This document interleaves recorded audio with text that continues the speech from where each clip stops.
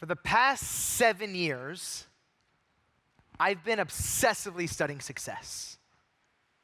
I've spent thousands of hours researching, going through hundreds of biographies, and more importantly, sitting down one-on-one, asking questions to the people I was dying to get answers from. So for business, I spoke to Bill Gates. For music, Lady Gaga. Science, Jane Goodall. Poetry, Maya Angelou. Quincy Jones, Jessica Alba, Larry King, Steve Wozniak. It's been this unbelievable journey filled with surprising lessons at every turn.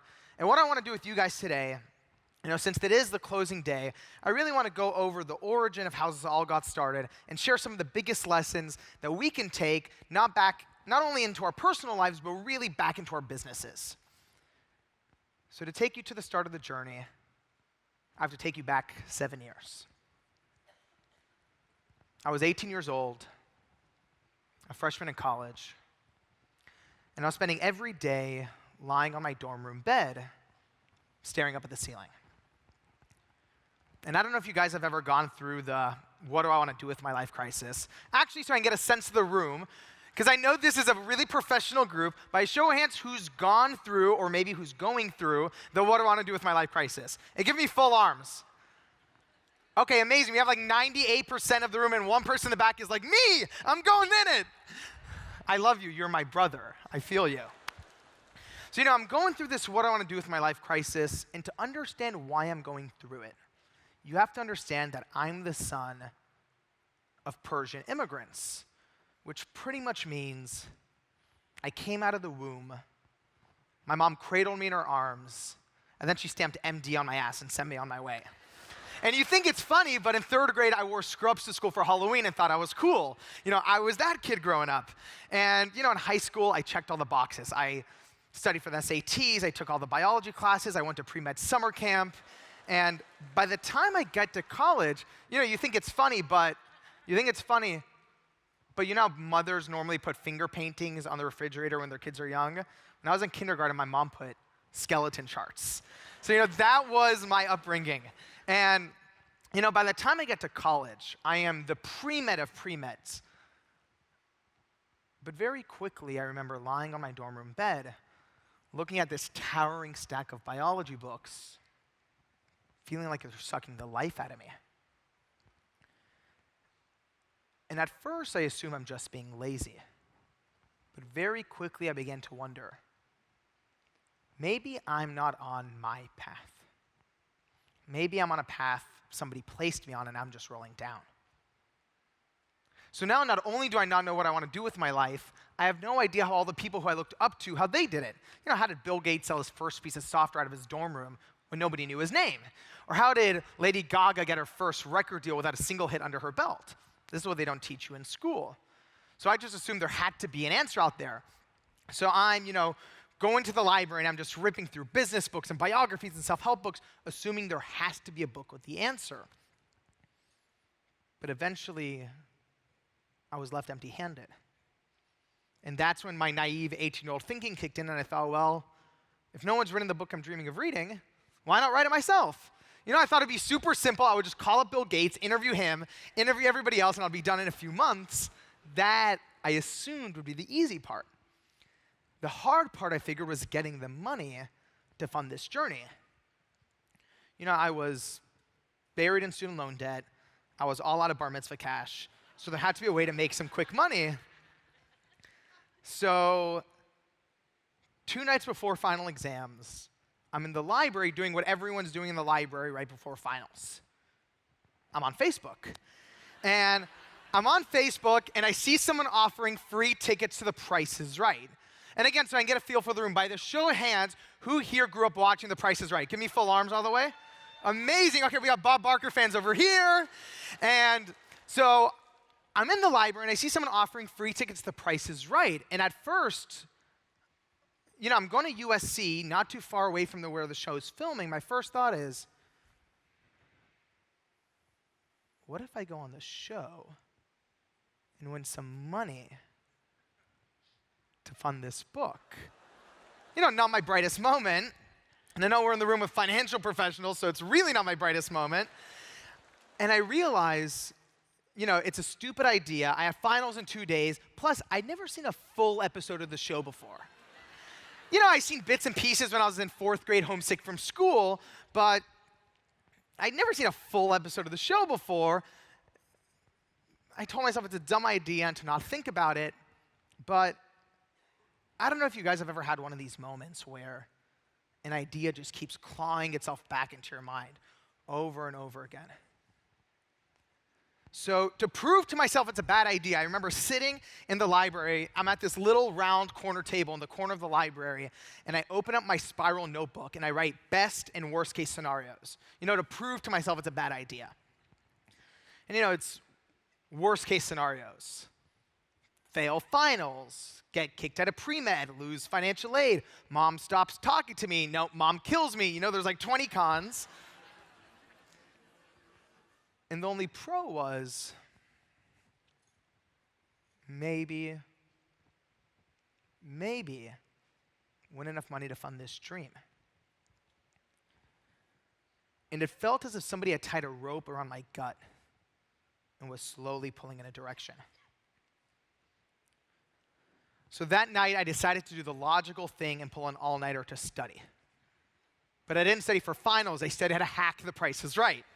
And I go on the show the next day and execute this ridiculous strategy, and I ended up winning the whole showcase showdown, winning a sailboat, selling the sailboat, and that's how I funded the book. Thank you so much. And it was this unbelievable adventure. Once I have the sailboat money, I have all this money in my hand. I feel like a young, a millionaire. Even though I'm back on my college campus, I'm taking all my friends out to lunch at Chipotle. I'm like, free guacamole for everybody. I'm a billionaire now in my mind. I have all this money, and I decide to take it to go on this adventure. And it takes 2 years to track down Bill Gates. It takes 3 years to track down Lady Gaga. And when I had started this journey, first of all, I had no idea it would take 7 years to come to fruition. And when I had started, there was no part of me that wanted to find that one key to success.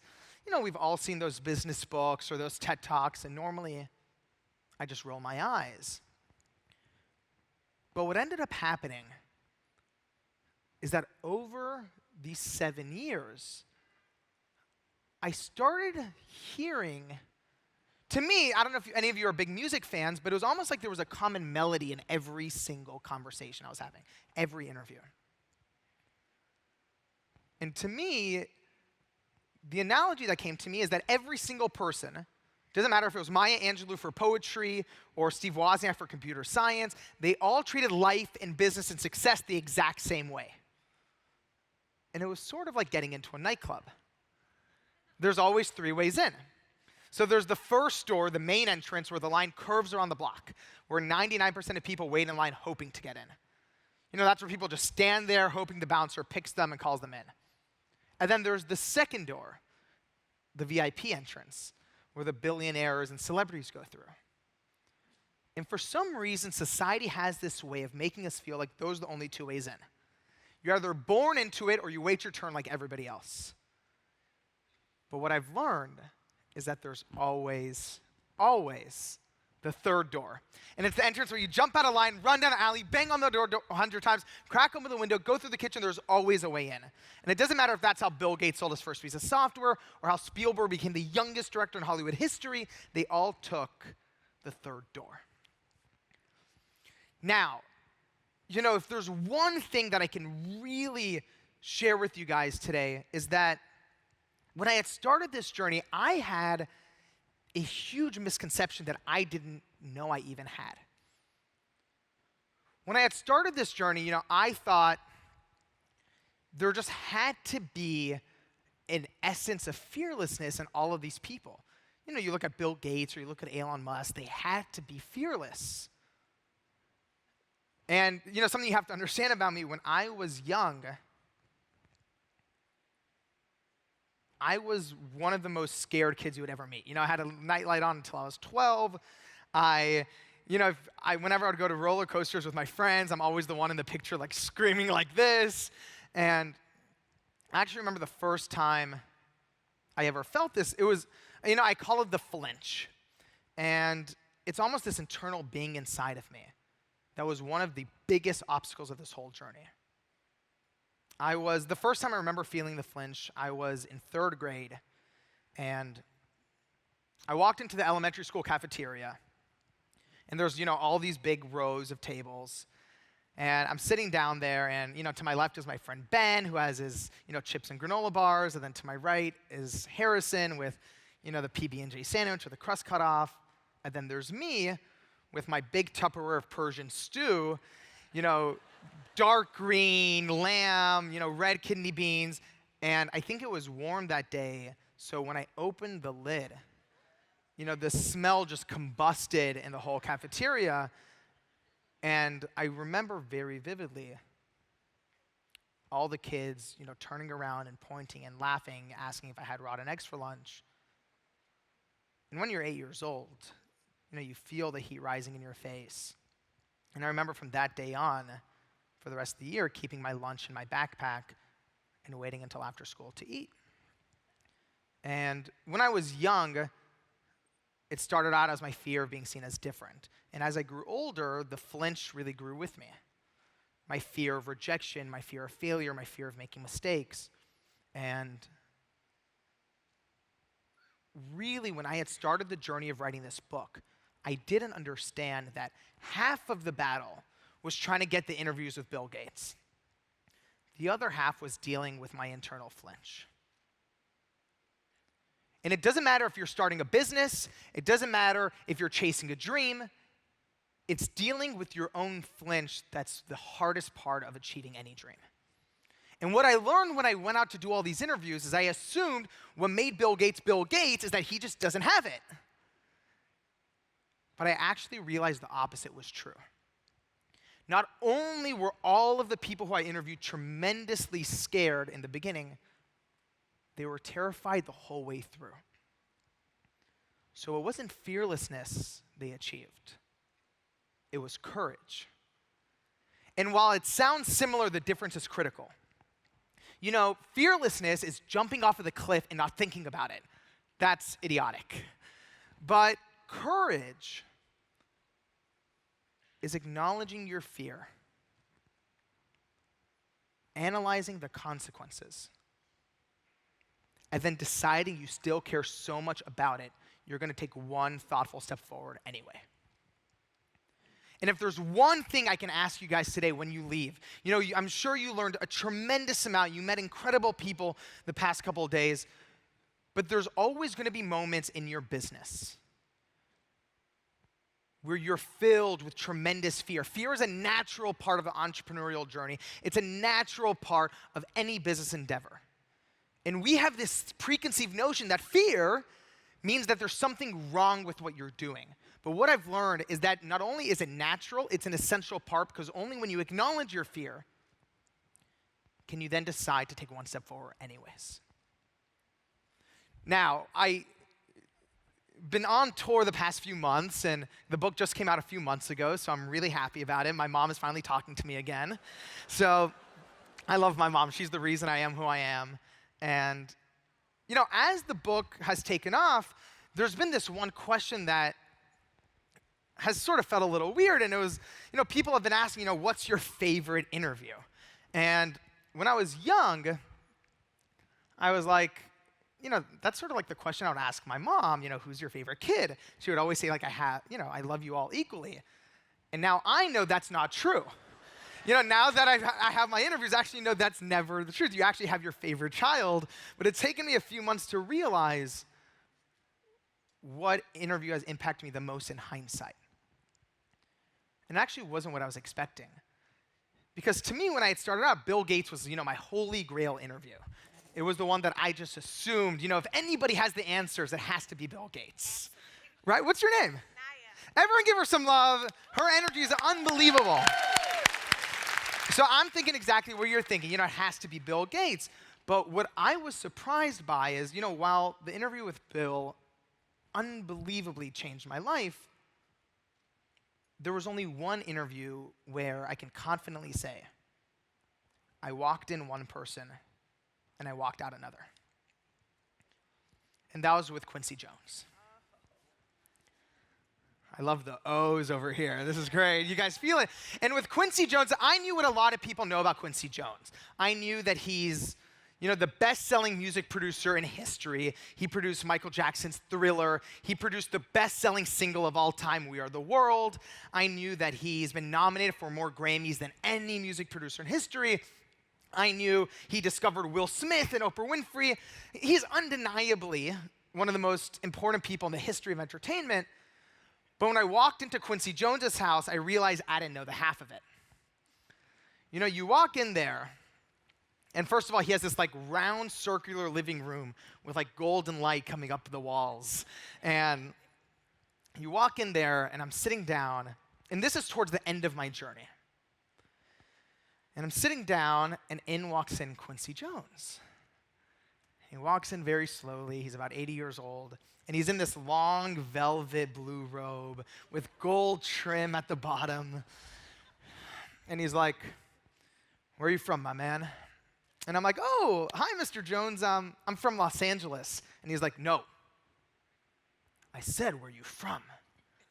And I'm like, "Oh, my family's from Iran." And he's like, "That's what I thought."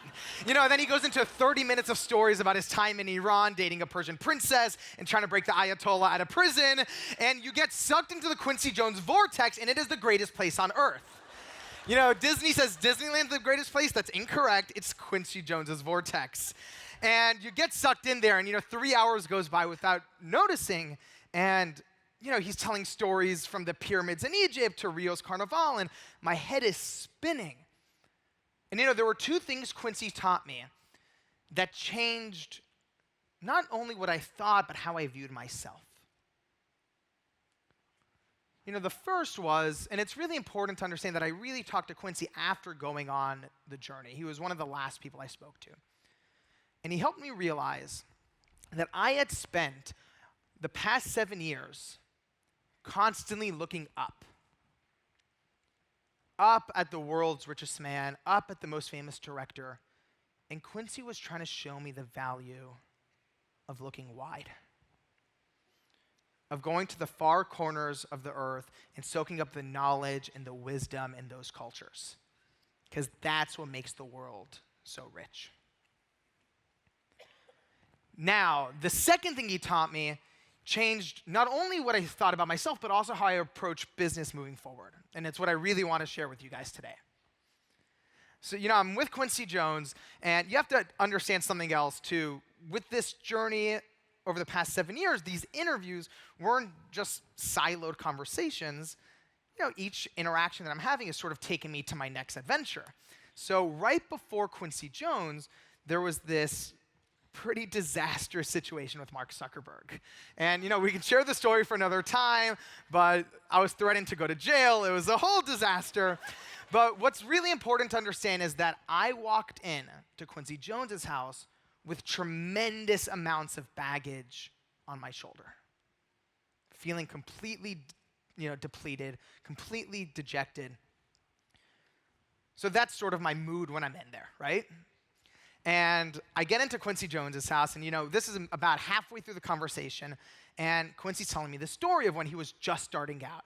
He was in the music business, and at the time, the music industry was completely run by the mafia. I had no idea, and Quincy's telling me about all these mobsters he had to deal with to get his contracts. So, oh no is right. And I'm sitting there, and Quincy's explaining to me how he went to go get a music publishing deal with this one music executive, and Quincy walks into the office, and there's the music executive, and on the desk, he slides the contract, and it says that Quincy only gets 1% of his royalties. And the executive who's in the mafia says, "Look, you can ask for whatever you want. You're not getting more than 1%. And behind him are all his cronies. So Quincy doesn't have much of an option. And he essentially gets all of his music stolen from him. And Quincy's, smiling and laughing as he's telling me this, and I can feel my body stiffen as he's talking. And Quincy's, laughing, saying, "I'm still getting my shit back." And I'm like, "That's messed up." And he looks at me, and even I didn't understand why I had that outburst. And it's only now, years later, in hindsight, can I see that all of my pent-up anger and baggage from my experience with Mark Zuckerberg was finally coming out. Hearing a story of another young person getting taken advantage of was making me so angry. And it was as if Quincy knew that about me, because he put his hand on me and he goes, "It's okay, man. It's how you learn." And it felt as if my body had been this overinflated tire and he had just hit the release valve and all this excess pressure was rushing out. And he looked in my eyes and he said, 99% of people treat their mistakes as their biggest enemy. And that's the worst thing you can do. He explained to me that most people hate their failures. They hate their mistakes, and they treat them as their enemy. But it's only when you treat your mistakes as your friends and you cherish your mistakes can you then learn from them. And only then can you grow. And as great as a lesson that was, I'm still in this Quincy Jones vortex and my head is spinning and the conversation keeps going on.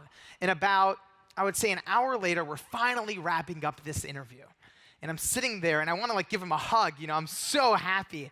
And he's like, he's being so kind to me. And I'm like, "Mr. Jones, I just have to tell you, you really changed who I am and what I want out of my life." And he's like, "How's that?" And I'm like, "You showed me how to be a person of the world." And he's like, "That's so great, man." I'm like, "Yeah, you showed me that you can only grow if you travel." And he goes, "No." He's like, "No. You only grow when you cherish your mistakes." And it was as if he was going to keep saying that until it finally sunk in. And in that moment, it did. I realized that as great as my interview with Bill Gates was, it was actually my mistakes on my way to get to him that changed me most. And in that moment, I had this epiphany that to this day I'll never forget. I realized I had spent my entire journey assuming that the opposite of success is failure. But it wasn't until I was sitting there with Quincy Jones that I realized that success and failure are actually the result of the same thing: trying. And in that moment, I realized that the opposite of success isn't failure. The opposite of success is not trying. And in that moment, I swore to myself that from now on, I would be unattached to succeeding and unattached to failing, and instead, I'll be committed to trying and growing. And that's really what I want to share with you guys back. When you go back home, you go back to your businesses, there's this natural tendency, because we've been raised in this culture where success is applauded, but it wasn't until that meeting with Quincy Jones that I realized if you're attached to success, you'll never be able to grow. Now, what I have been thinking about a lot the past few months, and I'll use this to wrap up because we have a really exciting conversation with Brad in a few minutes. What I'm most excited about, now that the book is done, it's been this 7-year mission. And the whole purpose of this book was I believe that, and I had this idea when I started, that every single person who I spoke to, if they came together, not for press, not to promote anything, but really just to share their best wisdom with the next generation, people can do so much more. And now that the book's out, I've been wondering, and asking myself, what the next step is now that the mission is coming to fruition. And there's this one story that keeps coming to mind. And to me, I don't even remember where I read it. It was somewhere during my research. But to me, it actually symbolizes where I feel, the next chapter is. And when I had started writing the book, I assumed the key to the book would be all the practical lessons in there. Whether it's Tim Ferriss's negotiating secrets or Bill Gates's, sales advice, I assumed that would be the key, but it's only now in hindsight can I understand that the soul of this mission is much deeper. And it's really about possibility. I've learned that you can give someone all the best tools and tactics in the world, and their life can still feel stuck. But if you change what someone believes is possible, they'll never be the same. And there was this anecdote that I read about a teacher who was teaching for Teach for America. She was teaching in Baltimore. You're from Baltimore? Let's give her some love from Baltimore. So she's in Baltimore in a really tough part of town and a really rough school. And she's teaching maybe 3rd or 4th grade. And she realizes these kids need some inspiration. So she decides, today instead of doing our math lesson, we're going to all draw pictures of our biggest dream in life. So the teacher passes out sheets of paper and crayons, and all the kids start coloring. And she notices there's one boy in the back who won't pick up a crayon. The teacher's concerned, and she's watching him, and he has this stoic look on his face. And then after about 30 minutes, his eyes light up, and he starts coloring. So the teacher asks everyone to pass in the papers, and the kids go home, and the teacher's going through them. And she sees that the young boy drew a picture of a pizza delivery man.